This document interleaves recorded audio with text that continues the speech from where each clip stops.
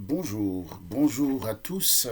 Je reviens vers vous pour vous présenter le tome 4 de l'ouvrage de mon ami et le professeur Djibril Samb, L'heure de philosopher la nuit et le jour 2018.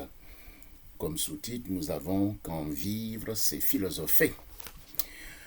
Comme je vous l'ai dit, j'ai plaisir à présenter les travaux de mon professeur parce que ce qui est très important, c'est que nos jeunes, nos intellectuels, les citoyens sénégalais et africains puissent connaître les intellectuels, les savants africains pour pouvoir se dire.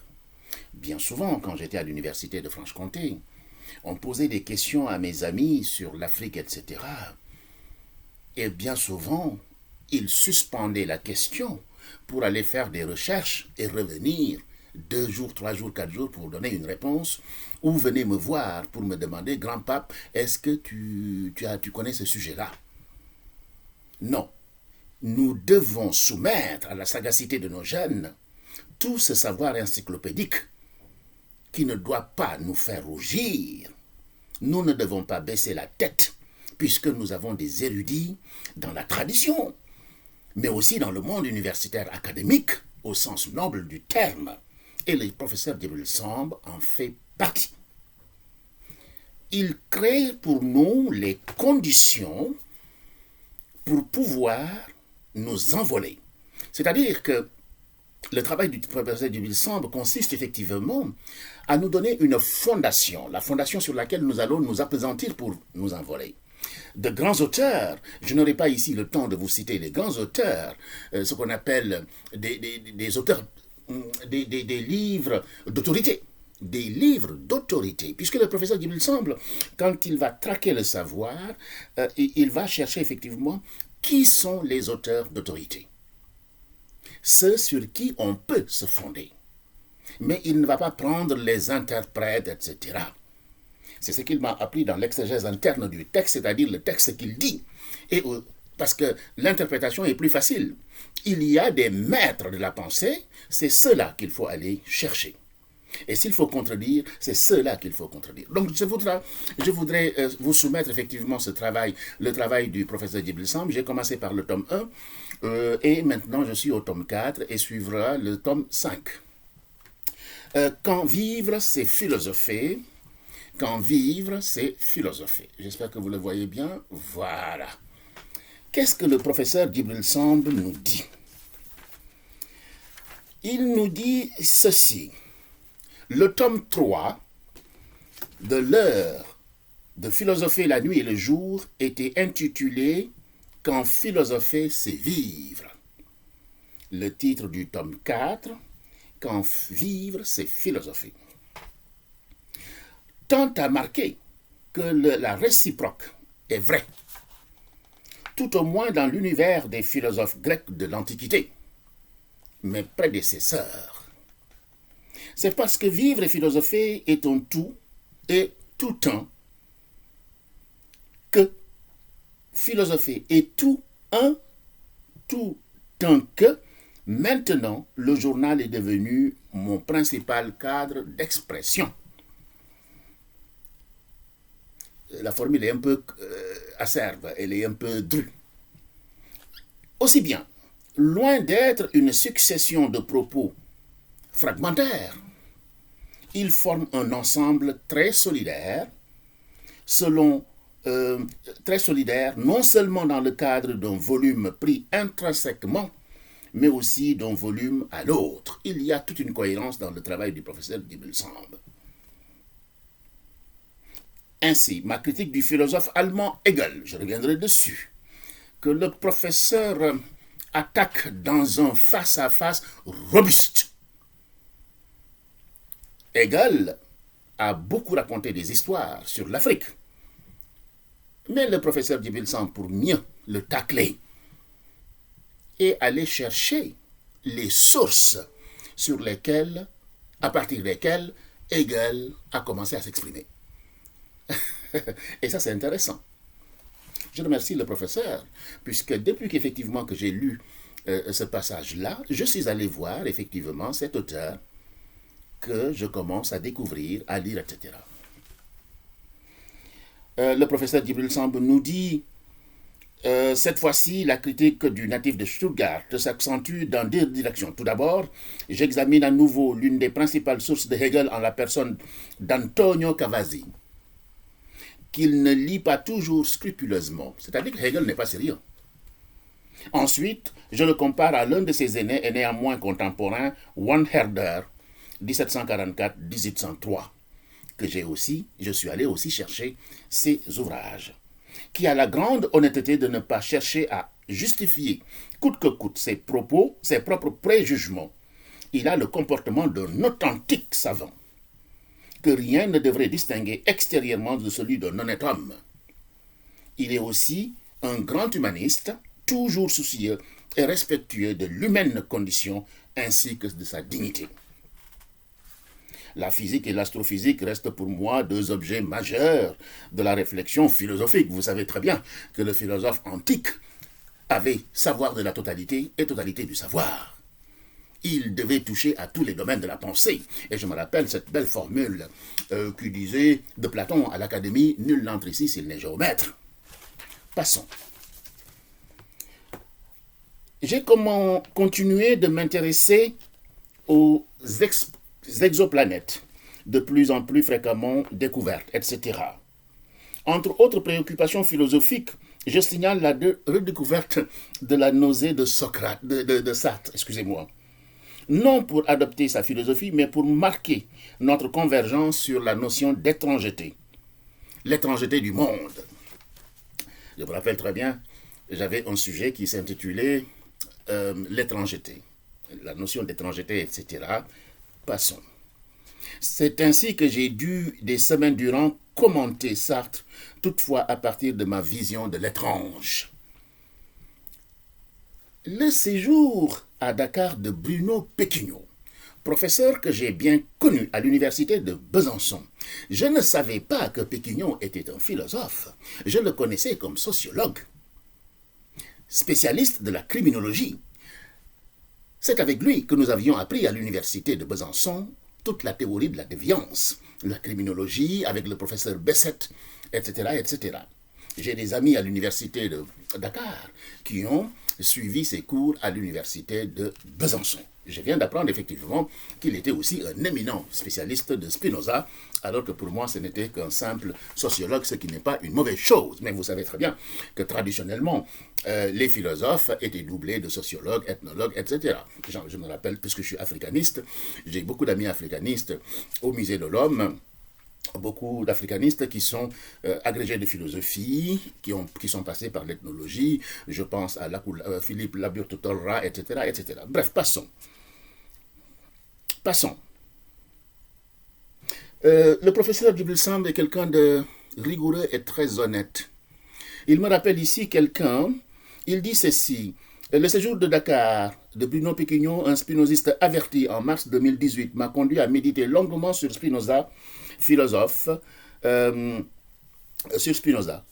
puissant et courageux que je tiens en très haute estime et auquel j'ai été initié il y a très longtemps par le professeur Djedissi. Quand j'étais à l'université de Dakar, nous n'avions pas la chance d'avoir les cours de Djedissi puisqu'il donnait des cours en licence et en maîtrise.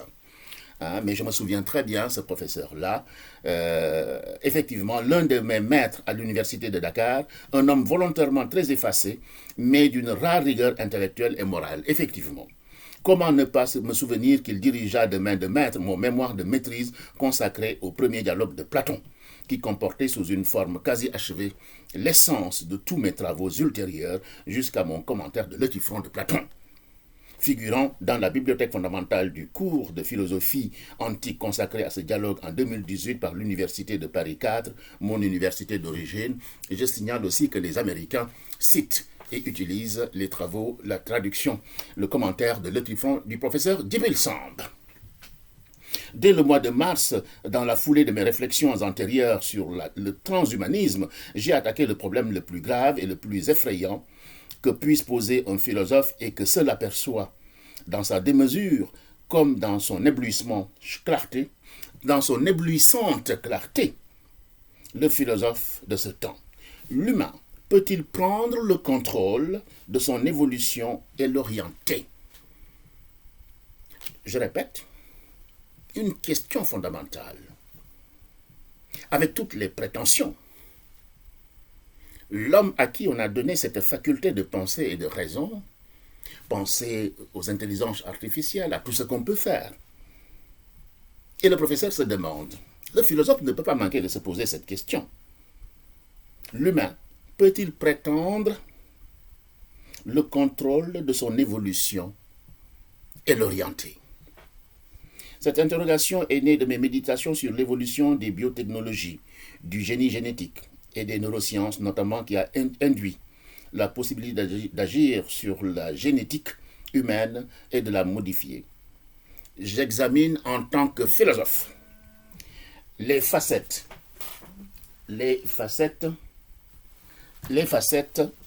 en tant que philosophe, les facettes, comment dire encore, en tant que philosophe, les facettes de l'ingénierie génomique, du forçage génétique ou gene drive, ainsi que les conséquences du CRISPR. Je continue puisque le professeur Djibril Samb, je ne veux pas ici vous citer toutes les méditations, mais je choisis quelques-unes, puisqu'effectivement, et que tout choix est subjectif, mais à chaque fois que je choisis, il y a un intérêt. Le 1er janvier 2018, j'ai terminé, si l'on termine quoi que ce soit, l'année 2017 avec Apulée de Mador, au sujet du démon de Socrate. Je vois que je commence l'année nouvelle en même agréable compagnie. À la vérité, je ne commence ni ne termine rien. Je suis dans le seul abri possible, l'instant, pris dans une réitération possible infinie. Une question. Pourquoi ne choisissons-nous pas, à l'exemple de Socrate et en sa mémoire, de nous élever nous aussi et de nous en remettre à l'étude bienfaisante de la philosophie, en veillant à ressembler autant que lui aux divinités? C'est des Apulées. Des Apulées, des O Socratis 21p 772 Lazam. La réponse est présente, se présente sous la forme d'un raisonnement apagogique, celui qui utilise habituellement Socrate, mais sous forme non dialogique. Continuons.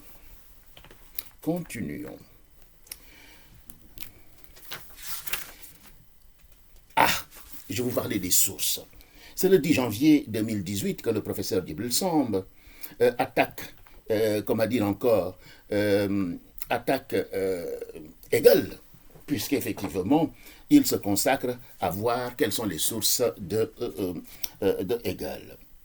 L'année 2017, j'ai eu un long colloque singulier avec Hegel, dont j'ai sévèrement critiqué les vues très fantaisistes sur l'Afrique et les humains d'Afrique. L'heure de philosopher la nuit et le jour, tome 3. Quand philosopher, c'est vivre.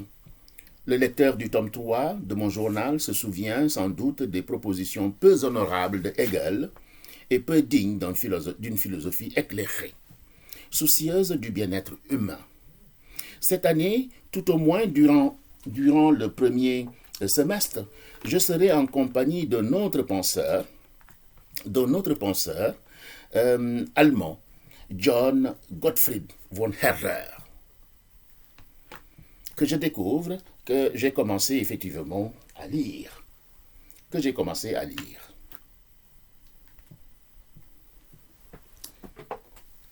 J'ai rencontré l'autre jour le jeune et brillant chef du département d'allemand, le docteur Amadou Ouriba, et nous avons eu un échange sur Herder qu'il connaît parfaitement.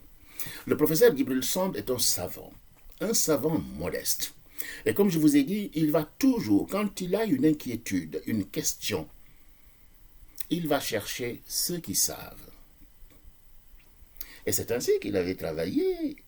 Il avait soumis effectivement certaines traductions, je crois, à ce professeur agrégé d'arabe et de latin grec, et qui avait écrit un ouvrage sur l'islam, je ne me rappelle plus, le professeur Sangaré.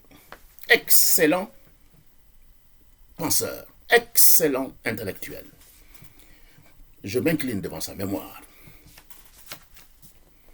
Le professeur Djibril Samb intéresse toujours celui qui sait, le maître parfait, celui qui sait, puisque lui, il sait. Et le docteur Ouma Ouriba, nous avons eu un échange sur Herder qu'il connaît parfaitement. Il perçoit très clairement que Herder est en un mot un anti-égal.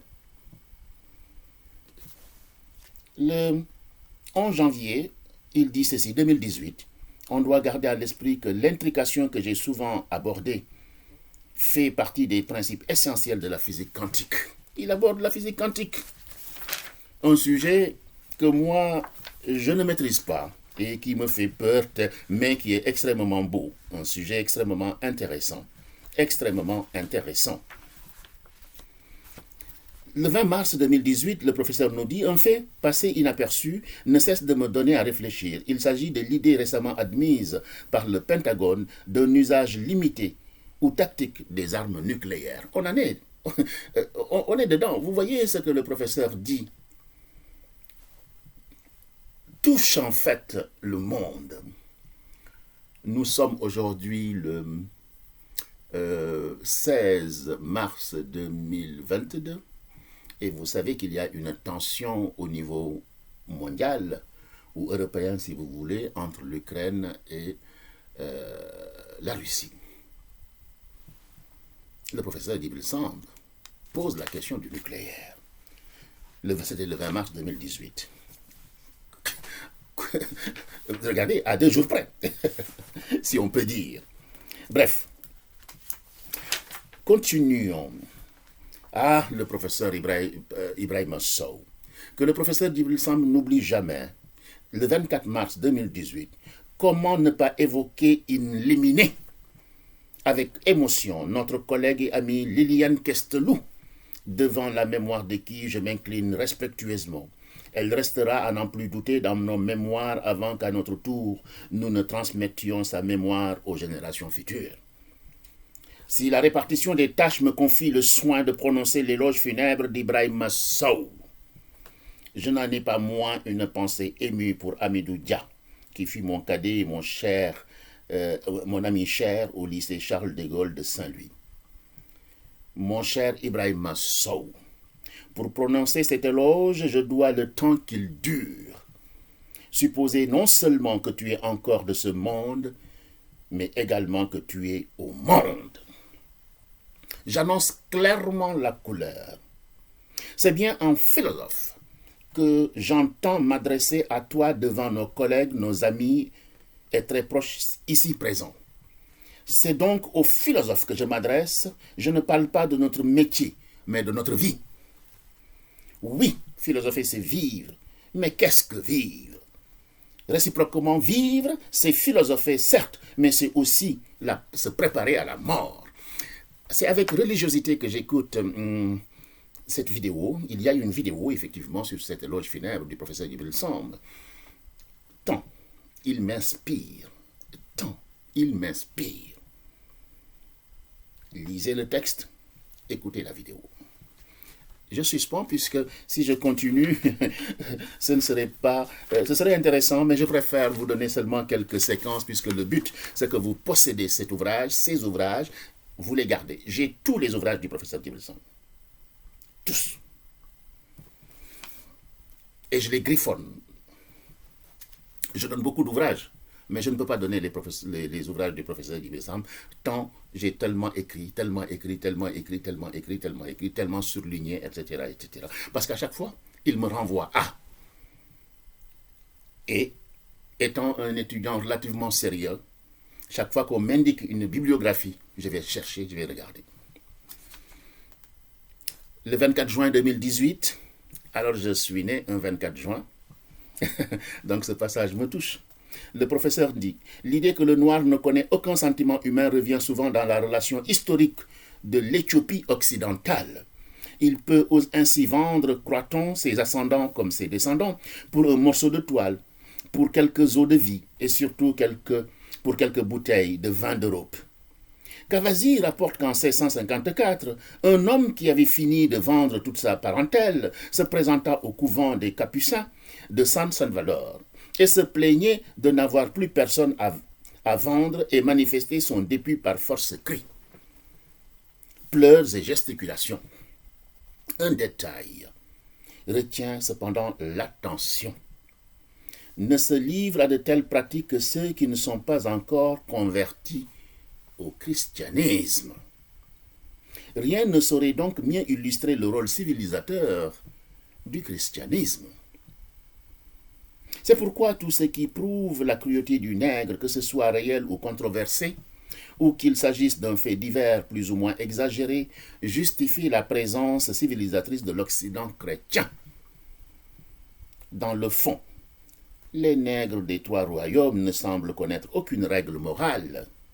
La notion de famille même n'y revêt aucun sens.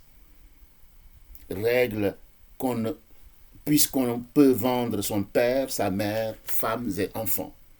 Ce sont de telles absurdités qu'il prend.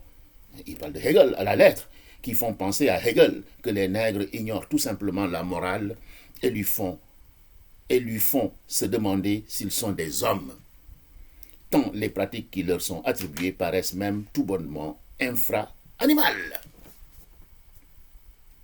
Pourtant, quand on lit entre les lignes, malgré les mots durs et infamants, visant à disqualifier les religions traditionnelles qui ignoraient, d'après Hegel, jusqu'à l'idée de Dieu, on se rend compte que c'est tout le contraire. Et ça, c'est dans le 25 juin où il continue effectivement ce corps à corps avec Hegel. Dieu porte le nom Zambian Pungu, en lui-même est tout-puissant. À côté de ce Dieu tout-puissant, on note de multiples divinités intermédiaires. Continuons.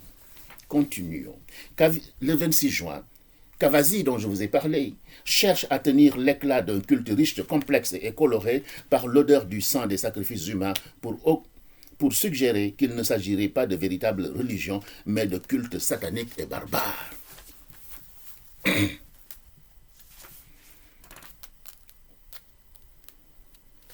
Continuons, puisque comme je vous dis, le choix est très subjectif. Le 6 juillet 2018. Il y a un certain temps, j'avais entendu une grave autorité déclarer ceci. L'essentiel, c'était de gagner. Le professeur Djibril Samb n'aime pas ça. Peut-être n'a-t-elle pas eu conscience de ce qu'impliquait une telle position. Elle implique que la fin justifie les moyens. Une fois la fin fixée, tout moyen pour l'atteindre est licite. Cette position est parfaitement cohérente puisque c'est le résultat qui détermine la licéité. Mais il faut savoir qu'une telle prise de position n'est soutenable qu'à l'une ou l'autre de ces trois conditions, soit exclure toute considération relative au bien et au mal, l'appréciation des affaires humaines, soit nier l'existence du bien et du mal, soit définir le bien comme la réalisation d'un objectif et le mal comme l'échec à l'atteindre, etc., etc. Continuons, puisque je ne veux pas dévoiler tout l'ouvrage, mais vous donner tout simplement quelques bribes, quelques passages qui m'ont inspiré. Crise des valeurs ou valeurs de crise. Réflexion introductive à l'idée de charte culturelle, texte inédit rédigé au début des années 80. La société sénégalaise est entrée dans une phase de transition depuis le 19e siècle, lorsque la puissance occidentale a tout à la fois entrepris la conquête militaire de l'arrière-pays et investi la société civile. Il s'ensuit des modifications stratégiques dans l'ensemble de la formation sociale. Il y a 2 semaines, j'ai signalé au journal Le Soleil qu'il devrait célébrer le cinquantenaire de sa création le mercredi 20 mai 2020. C'est le 6 octobre 2018 qu'il disait ça. Un demi-siècle, n'est-ce pas, ça se fête. Et je dis aux journalistes à qui j'ai parlé et qui se trouve avoir été mon étudiant dans les années 80. Et ce qui ne gâche rien, il est aussi mon concitoyen de Saint-Louis. Le 9 octobre 2018, le professeur Djibril Samb nous introduit nous parle des 5 types d'humains. Il dit ceci. Il y a 5 types d'humains. ceux qui réfléchissent uniquement au motif de ne pas agir, ceux qui réfléchissent exclusivement au motif d'agir, ceux qui réfléchissent avant d'agir, ceux qui agissent avant de réfléchir, et enfin ceux qui n'agissent ni ne réfléchissent. L'étonnant est qu'on a là tout ce qu'il faut pour faire une société. Tout est dit. Toujours, lisez le professeur, levez la tête, regardez le tableau qui est devant vous. Et vous trouverez effectivement ce qu'il dit. Vous saurez repérer. Ne repérez pas pour jeter, repérez parce que l'intelligence a besoin effectivement de comprendre. Continuons. Oui, le 14 novembre 2018, plutôt le 15 novembre 2018, où le professeur nous définit quelque chose. Qu'est-ce qu'être philosophe? Voilà la question que je me pose chaque jour, avec une attention toujours plus soutenue. Si l'on observe nos anciens, principalement ceux du monde antique, il apparaît immédiatement que la philosophie était d'abord pour eux un choix ou un style de vie, si bien qu'elle avait un caractère biothéorique, théorétique. La philosophie engage d'abord ma vie en tant qu'humain concret, individuellement déterminé, responsable néanmoins de toute la condition humaine, et même de celle du vivant.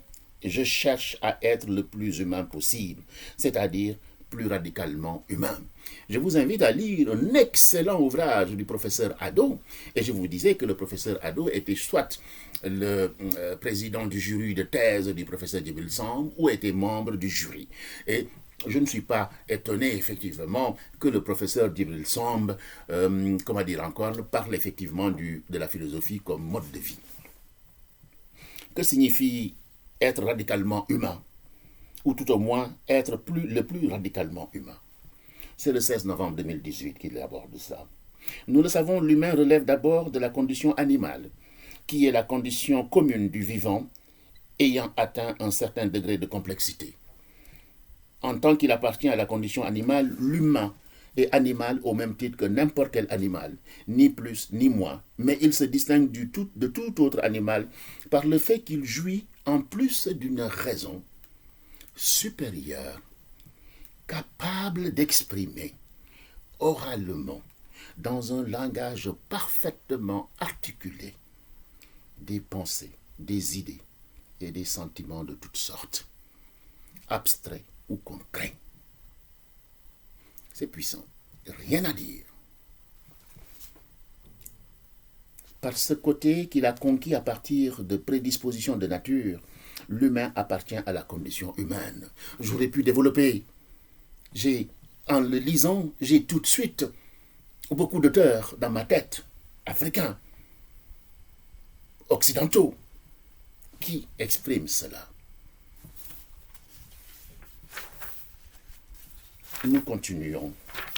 Et je vais terminer puisque je n'aime pas trop vous donner des vidéos trop longues, mais un conseil, si vous n'avez pas le temps d'écouter une vidéo en entier, mais faites des pauses, écoutez 10 minutes, reprenez. C'est ça que je fais. C'est ça que j'ai fait. Un livre, on ne le lit pas d'un trait. On l'écoute. Moi, je réécoute et écoute le professeur Djibril Samb. Dans l'année, je peux écouter le professeur Djibril Samb 25 fois, 30 fois. Et pour des causes pour des besoins d'écriture, par exemple, quand j'ai un article ou quand j'ai une conférence, je m'en vais écouter le professeur Djibril Samb ou sortir les livres et je lis. Et peut-être que je trouverai un passage, etc. Bien. Terminons ici le 31 décembre 2018. Il semble que Senghor, dans son article de 1937, Fidélité des intellectuels, désigne plutôt une vérité d'ordre moral. La vérité que nous cherchons, conclut-il, est plus réelle et plus humaine. Plus réelle que quoi? Que la vérité de telle partie. Plus humaine aussi que celle-ci. Bien entendu, la vérité morale est plus difficile à cerner en raison du délicat problème des critères. Dans le cas d'une proposition apophantique, on peut dire par exemple qu'elle est réputée vraie s'il y a correspondance entre ce que celle-ci décrit et ce qui est. C'est un critère de conformité. Mais dans le cas d'une proposition dans le domaine éthique, la question devient passablement embrouillée. Quel critère utilisera-t-on en dehors de la sincérité, c'est-à-dire de la simple intention. C'est l'idée de valeur implicite ou explicite dans tout jugement moral qui embrouille la question. Peut-être, dans certains cas, évoquera-t-on la véracité. Mais qu'est-ce que la véracité? Voici le tome 4 de l'heure de vérité, de l'heure de philosopher la nuit et le jour. Quand vivre c'est philosopher, c'est le tome 4 du corpus du professeur Djibril Samb, puisqu'effectivement l'heure de philosopher la nuit et le jour est un ensemble d'ouvrages constitué de 5 tomes, et celui-ci est le 4e, et prochainement je vous proposerai le tout dernier, le tome 5. Qu'est-ce qu'il est difficile de rester humain? Le professeur Djibril Samb y aborde une question actuelle et une question intemporelle. Et c'est parce que tout simplement le philosophe ne se contente pas du présent, il se consacre au tout, il réfléchit sur le tout, pour tout simplement nous donner des armes, ces armes qui vont nous aider effectivement à mieux comprendre la vie, à mieux nous conduire dans la vie, puisqu'effectivement, philosopher, c'est vivre, mais vivre aussi, c'est philosopher. Je vous remercie beaucoup de m'avoir écouté. Partagez cette vidéo. Abonnez-vous. Quand vous vous abonnez, ça m'évite de vous l'envoyer personnellement. Je n'ai pas beaucoup de temps, je travaille beaucoup, j'écris beaucoup sur différents sujets. Abonnez-vous, partagez, commentez. Je vois que beaucoup de mes amis partagent mes vidéos. Je vous en remercie infiniment. Infiniment. Nous devons contribuer à faire connaître nos savants, nos intellectuels. Si nous ne le faisons pas, mais qui le fera? J'ai honte quand les jeunes viennent me dire « Monsieur Sissoko, c'est la première fois que j'entends le nom d'un intellectuel, d'un grand écrivain africain. J'entends les petits écrivains, etc., à la télévision, etc. » Je leur dis « C'est très bien, ces gens-là, ce n'est pas mauvais. Mais il y a des sommités. Et ces sommités-là, il faut aller les chercher. Et ça, c'est très, très, très important. Et c'est tellement important que ça va vous entraîner effectivement à la rigueur, au travail sophistiqué, au travail érudit, au travail augmenté, à la recherche augmentée, ce qu'on appelle la bibliographie augmentée. Et quand on a une bibliographie augmentée, ce n'est pas mal, c'est très bien, c'est très bien.